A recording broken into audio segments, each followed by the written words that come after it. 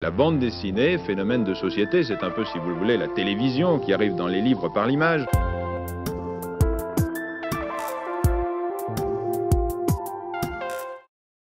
Salut tout le monde, du coup je vais essayer de lancer une série de revues de presse de la bande dessinée. Déjà parce que c'est un truc qui se fait pas trop, en tout cas je l'ai pas vu. Pour ce qui est spécifiquement de la BD, parce que bon, des revues de presse on en a pour l'actualité, pour la politique et tout. C'est un format que je trouve parfois intéressant et cool à mettre en fond pendant qu'on fait autre chose et tout. Et ici pour ces revues de presse je vais quand même essayer d'illustrer un minimum et de profiter un peu du format YouTube pour un peu exploiter tout ça. Mais bon, normalement c'est un truc qui devrait pouvoir s'écouter comme ça, indépendamment de l'image. Et si je fais ce nouveau format de vidéo, c'est parce que de temps en temps, j'achète un magazine de BD parce que je trouve il y a des thèmes qui m'intéressent dedans, etc. Mais ben, faut bien dire ce qui est. Souvent, j'ai surtout la flemme, en fin de compte, de lire les articles. Et bah, je me suis dit un peu égoïstement, en faire des vidéos, en faire du contenu pour ma chaîne YouTube, ça peut être un moyen de me motiver à lire ces articles. Et aussi pour vous aussi, hein, si vous-même vous êtes dans une certaine flemme, ben comme ça, vous avez quelqu'un qui le lit à votre place, comme c'est pratique.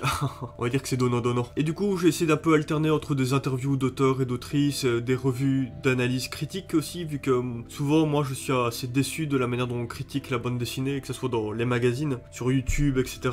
Ça m'intéresse. Enfin, le fait que ça passe trop complètement à côté de l'aspect formel de la BD, de la manière dont la forme de la BD influence sa narration, son récit, son propos, c'est tellement mis de côté dans les analyses en général que souvent, bon, c'est un reproche que j'ai tendance à faire.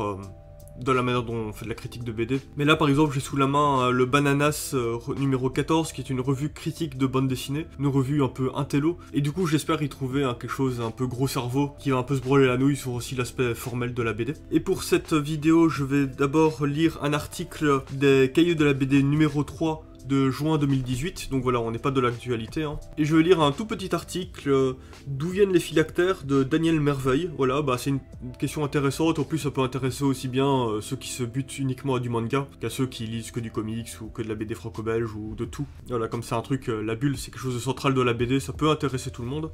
Donc c'est pas mal de commencer par ça. Après, je sais pas encore dans quel ordre, mais du coup, dans la revue Bananas que j'ai évoqué avant, il y a une critique de la bande dessinée de Blutch, La Volupté. Voilà, l'article c'est La Volupté, ou Comment ne jamais en finir avec le cinéma, par Évariste Blanchet. Et voilà, bon, c'est de la BD d'intello, très artistique, etc. Un Blutch est quelqu'un qui est déjà venu défendre la bande dessinée sur France Culture, face à Finkielkraut et des trucs comme ça, donc c'est quelqu'un qu'on aime bien mettre en avant dans les milieux romans graphiques, hein, ceux qui aiment pas trop se salir les mains avec la bande dessinée, ils aiment bien mettre en avant un auteur comme Blutch, qui est un auteur incroyable, hein, faut dire ce qu'il y a. Mais voilà, voir un peu qu'est-ce qu'il va proposer comme type d'analyse ici sur La Volupté, on va voir. Hein. Et enfin, je vais finir sur une interview du Atome numéro 6, qui est donc un magazine spécialisé sur le manga, qui date de 2018, si je crois. Et dedans, il y a une interview de Kamome Shirahama, qui est donc l'autrice de l'Atelier des Sorciers, qui est un manga que j'aime beaucoup. Je suis pas à jour dessus, mais j'aime vraiment beaucoup ce manga. Et du coup, voilà, ça m'intéresse de voir une interview de l'autrice,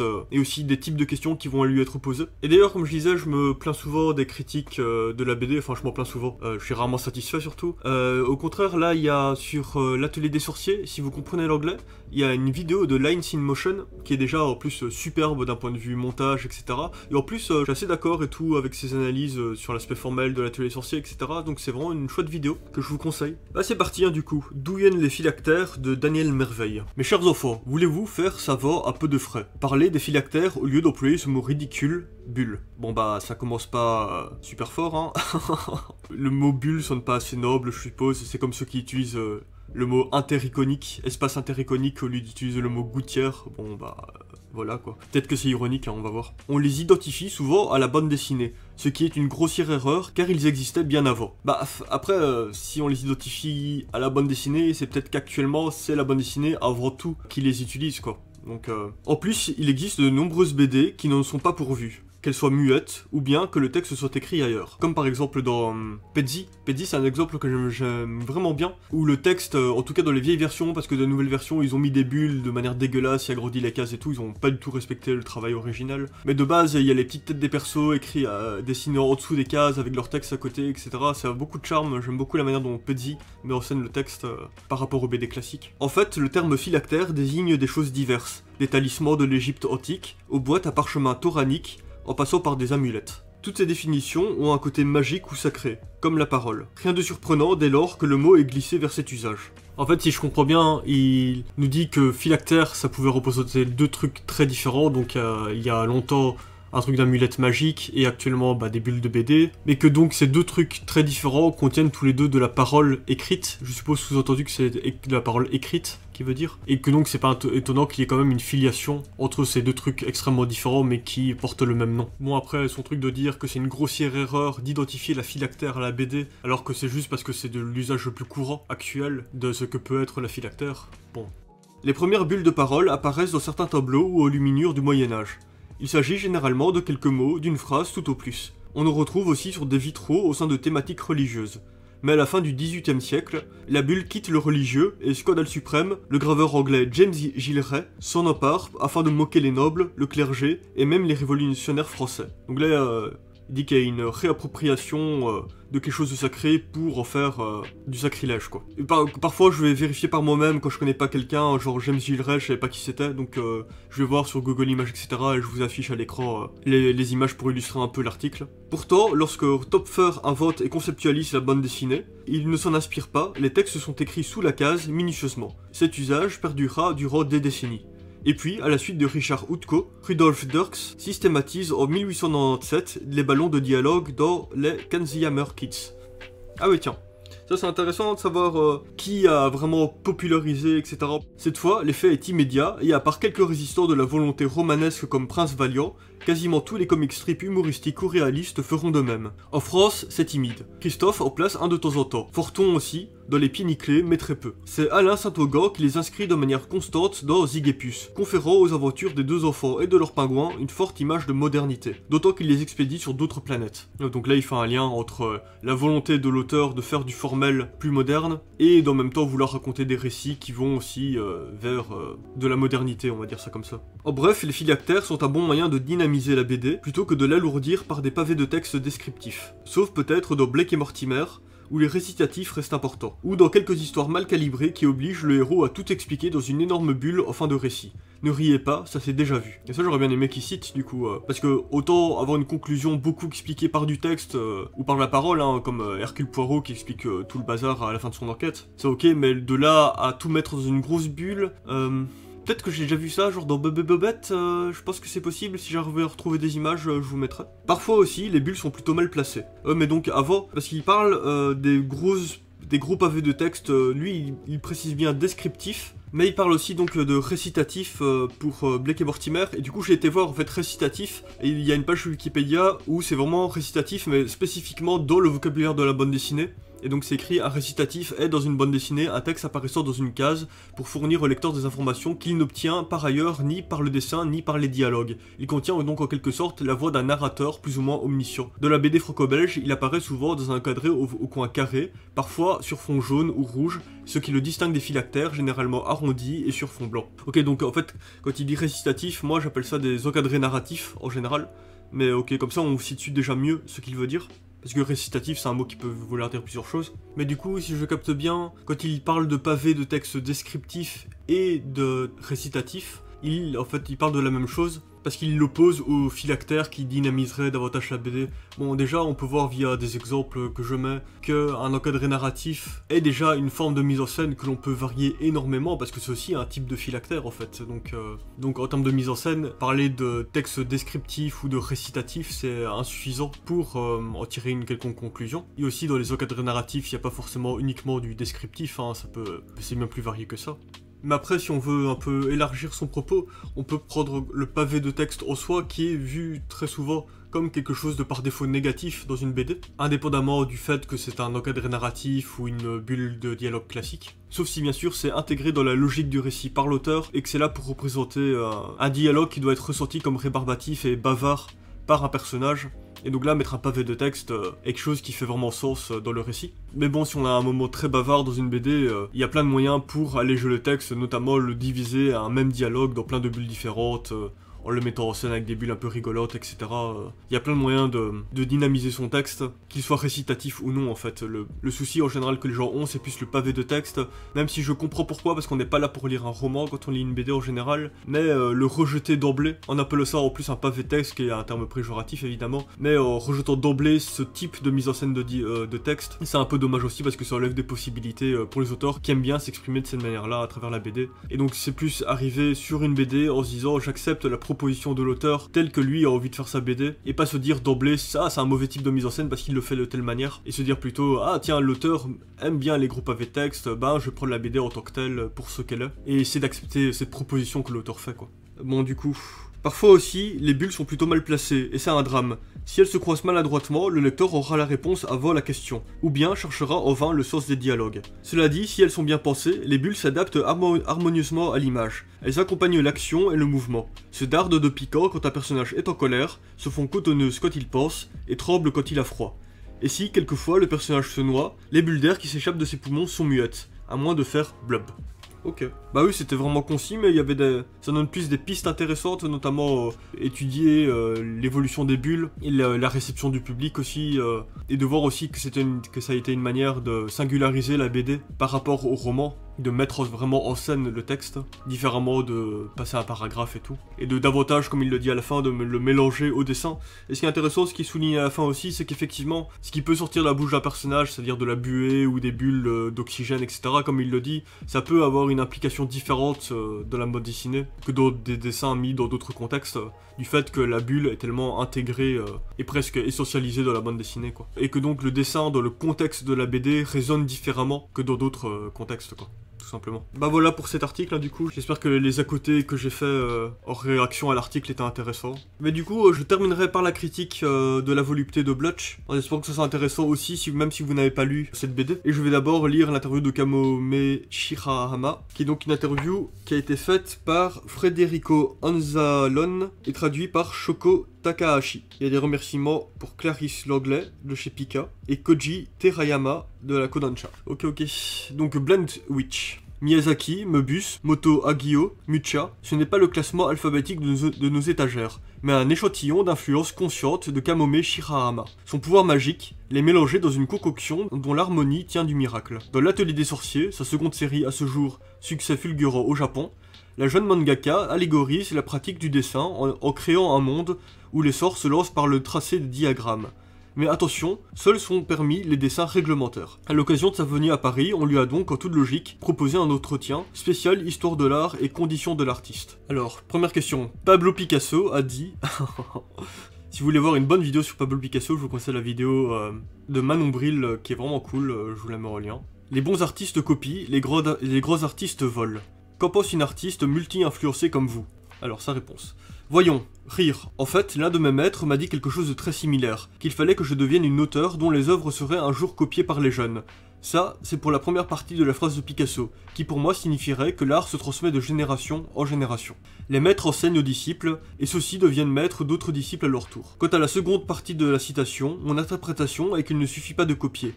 Il faut vraiment acquérir le savoir-faire des autres, puis le réutiliser à sa propre manière. Bah c'est marrant, ça fait écho à un truc sur lequel j'avais réagi sur Twitter il y a pas longtemps, par rapport à l'auteur Zanzim, qui s'est jamais remis de Christophe Blain, et qui vraiment, tu lis une de ses BD, t'as l'impression de lire du sous-Christophe Blain constamment, à tout niveau. Et du coup moi j'arrive pas, quand je lis une de ses BD, bon, j'en ai lu qu'une, c'est L'île aux femmes, mais bon, à lui donner à cet auteur une personnalité propre, parce qu'il s'est tellement fait absorber par Christophe Blain, que, enfin, c'est bizarre en fait de lire ça. Après, c'est intéressant aussi de se dire que l'auteur, ça lui dérange pas de faire ça, alors que plein d'autres auteurs ou autrices auraient davantage d'orgueil à se dire j'ai ma propre personnalité, je vais pas à ce point-là copier sur la feuille du voisin, quoi. Mais bon, c'est comme il y a plein de dessinateurs qui font des gags sur Twitter, etc.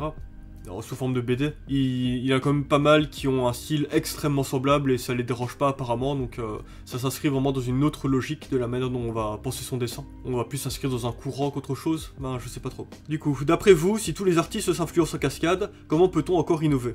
De nos jours, l'innovation naît souvent de l'évolution technique des appareils, ou de celle des médiums. Par exemple, le manga a longtemps été imprimé sur du papier, mais on le retrouve désormais très souvent sous format numérique, notamment sur smartphone. Même la manière de scroller, de dérouler le contenu des écrans a changé, et la façon de lire a évolué avec. Aujourd'hui, on peut lire un manga à la verticale, ou d'une manière qui se rapproche d'un enchaînement d'étapes d'animation. Le médium a donc changé, et grâce à ça, on peut parfaitement créer des innovations. J'imagine qu'un jour, on pourra même lire les mangas en réalité virtuelle. Aujourd'hui, on peut tout à fait visiter un musée avec un casque VR, alors pourquoi pas la même chose pour le manga. Que vous parliez du lien entre un médium et ses possibilités ou contraintes est tout à fait intéressant. Par exemple, si dans la gravure du bois européenne du 15e siècle ou du 16e siècle, les ombres sont souvent dessinées par petits traits agglomérés, c'est notamment pour des questions de précision limitée. Cette façon d'ombrer, on peut la retrouver chez Moebius et Miyazaki, dont l'influence mutuelle est connue, mais aussi dans l'atelier des sorciers. On lui montre côte à côte une gravure dans la veine de l'artiste suisse Jost Amann, la BD Azark de Moebius et le manga Nausicaa de Hayao Miyazaki, en pointant les ombrages. L'auteur et son responsable éditorial acquiescent vivement. C'est intéressant que vous me sortiez une gravure, parce que c'est justement pour donner une allure gravure ancienne au dessin que j'ai adopté ce style-là dans l'atelier des sorciers. En plus, au Japon, le manga est publié en noir et blanc. Comme il n'y a pas de couleur, les lignes deviennent extrêmement importantes. Et comme vous l'avez noté, j'accorde beaucoup d'importance au travail du trait. Donc là c'est intéressant aussi de se dire que tu vas reprendre un rendu visuel ancien qui ont été conditionnés par des conditions matérielles précises pour dans l'ère actuelle renvoyer à un imaginaire de quelque chose d'ancien et que donc l'intention derrière le fait de mettre des petits traits est complètement recontextualisée à chaque fois quoi, que ça soit par l'époque et l'auteur ou l'autrice quoi. N'est-il pas intéressant qu'à partir d'une contrainte soit née une forme d'expression à part entière? C'est pareil dans le tatouage par exemple où existe l'esthétique du dot work. Le travail décrit par juxtaposition de petits points à la précision maximisée. Je suis entièrement d'accord. Par exemple, si l'art du manga a autant progressé, c'est parce que les œuvres sont réalisées en noir et blanc. Évidemment, c'est une contrainte. Mais ce sont justement les limitations du noir et blanc qui ont conduit les mangaka à trouver le moyen d'utiliser les trames de manière efficace, ou d'exprimer les sentiments des personnages avec seulement quelques lignes. Les mangaka sont plutôt considérés au Japon comme des artisans, voire des amuseurs publics, et pas totalement comme des artistes. Comment ressentez-vous cela? Personnellement, je me considère vraiment comme une artiste, pas une artisane. Cependant, lorsqu'on observe l'histoire des beaux-arts ou des cultures traditionnelles du Japon, on constate par exemple que le théâtre kabuki ou encore l'ukiyo-e, les estampes japonaises, furent au départ considérées comme des cultures populaires et non pas comme des arts à proprement parler. Avec le temps, cependant, ils le sont devenus. Ce qui n'était qu'un simple divertissement a fini par être perçu différemment. Je pense que le manga suivra cette même trajectoire. Aujourd'hui, les mangas de Osamu Tezuka sont véritablement considérés comme des œuvres d'art, alors qu'à l'époque de leur création, ils n'étaient vus que comme de simples divertissements. Cette reconnaissance est arrivée récemment. Ouais, pour moi, ce débat de considérer « Ah, la BD, est-ce que c'est de l'art, pas de l'art, gna gna gna », c'est vraiment des débats... J'en ai tellement rien à battre à chaque fois que j'entends ce genre de débat, des gens qui ont besoin de discuter de ça en se référant à des écrits et des machins trucs pour justifier pourquoi la BD c'est de l'art et tout. Pour moi, en fait, dire que la BD c'est de l'art, ça sert uniquement, en fait, c'est ce qui est dit en sous-texte ici, hein, mais à avoir une espèce de reconnaissance des institutions, donc des musées, de l'État, etc.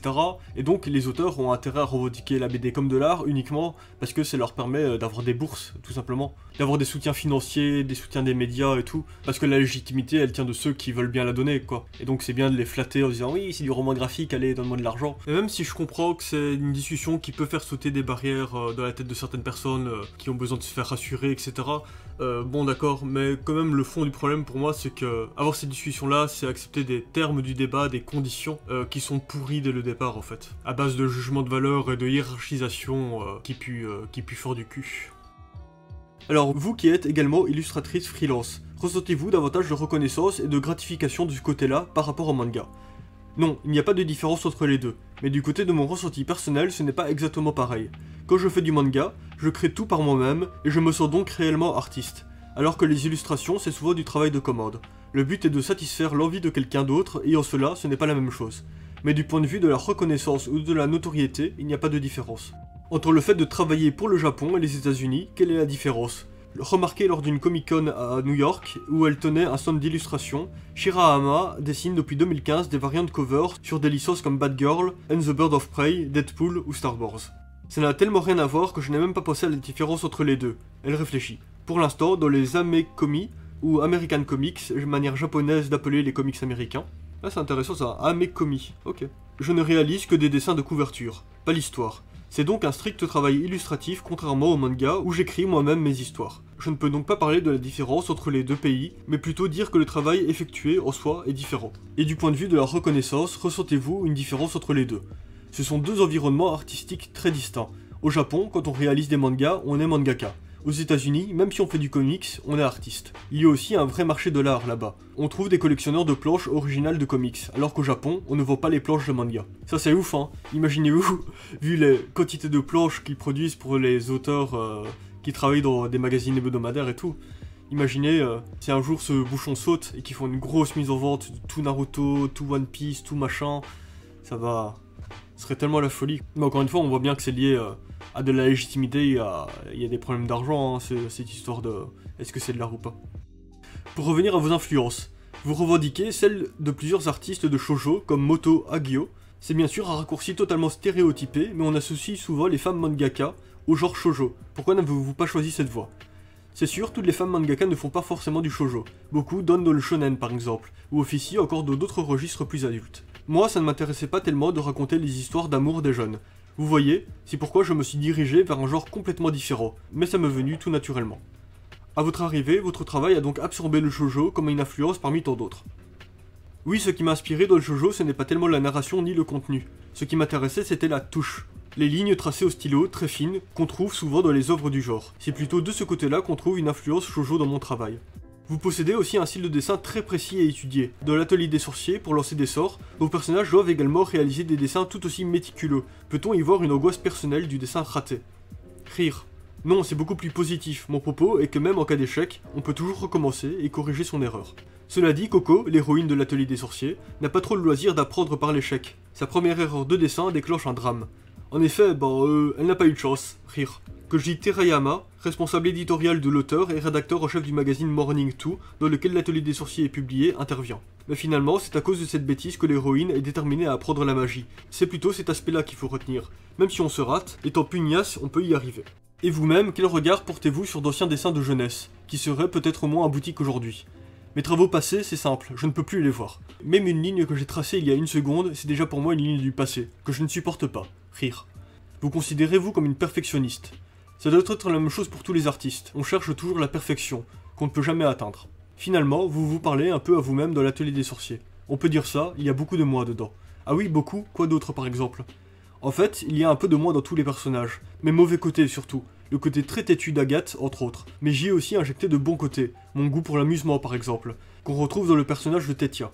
En fin de compte, chaque personnage est complexe mais ils reflètent tous certains de mes traits de caractère. Et quand vous étiez étudiante en art, Kamome Shirahama est diplômé des Beaux-Arts de Tokyo, section design. Entreteniez-vous une rivalité avec vos camarades à l'image des apprentis de l'atelier des sorciers? Il régnait effectivement un esprit de rivalité très vivace dans mon université, et c'était une époque durant laquelle je manquais cruellement de confiance en moi. Du coup, j'étais très préoccupé par les travaux des autres. En même temps, le fait de lorgner sur le boulot de mes camarades me redonnait un coup de fouet. Tous ces souvenirs, ces sentiments mélangés se retrouvent dans mon manga. Que diriez-vous à la Kamome Shirahama de l'époque? Eh bien, quelque chose comme « essaie d'avoir confiance en toi ». Et aussi, elle réfléchit, j'ai été sûrement trop préoccupé par le regard des autres. J'aurais dû savoir m'en défaire. Affirmer mes envies, ma personnalité, j'étais aussi prisonnière de l'idée qu'il fallait nécessairement réaliser des œuvres à portée sociale. Vous voyez, et je crois que ce n'est pas comme ça qu'il faut penser.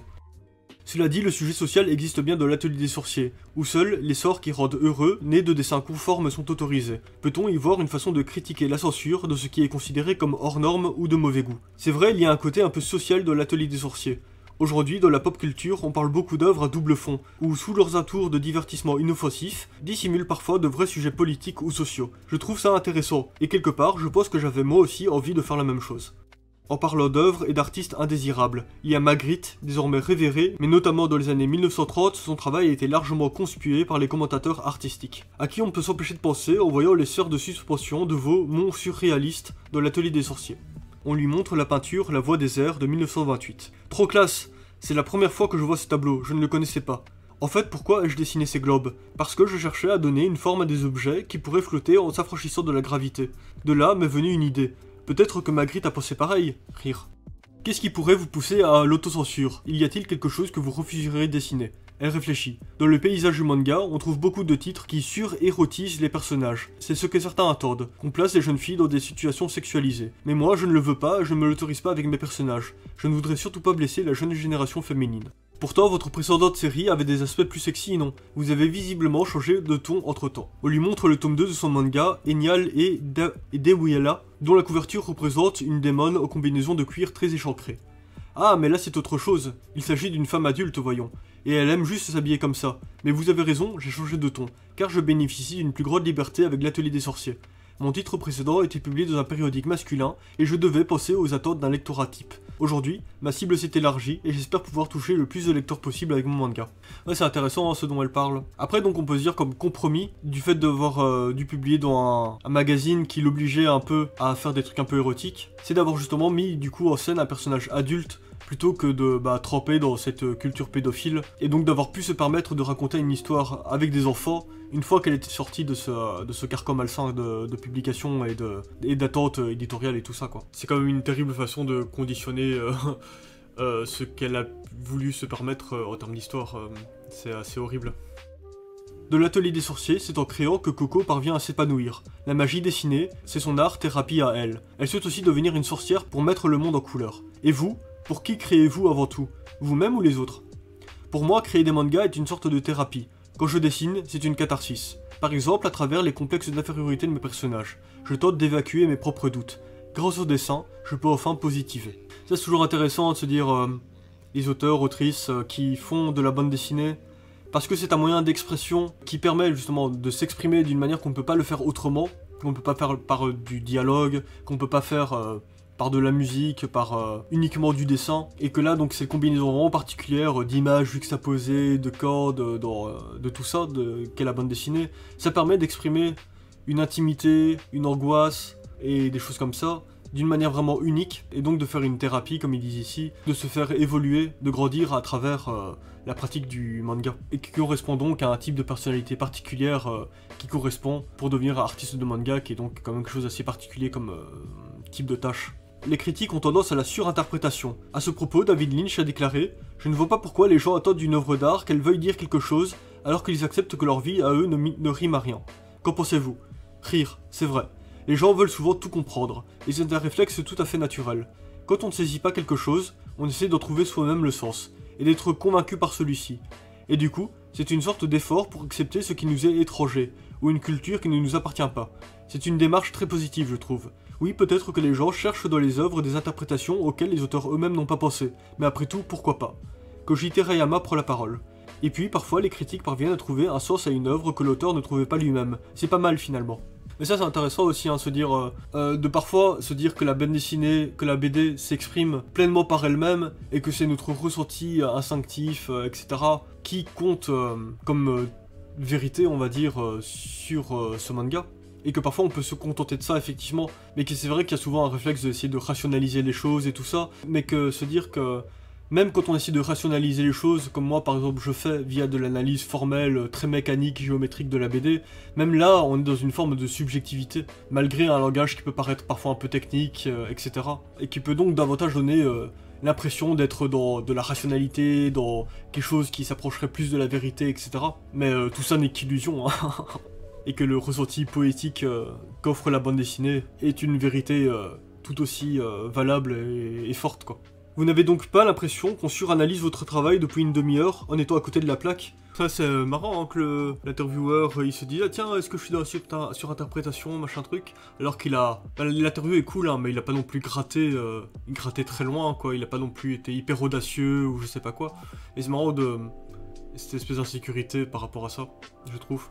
Rire, non non, ce n'est pas du tout ce que je pense. Bon, vous posez des questions auxquelles je n'avais jamais réfléchi et que je n'entendais pas assez sûr. Mais ça me plaît, c'est une façon stimulante de me découvrir moi-même. Bah voilà, c'était cool, cette interview, hein, c'était sympa.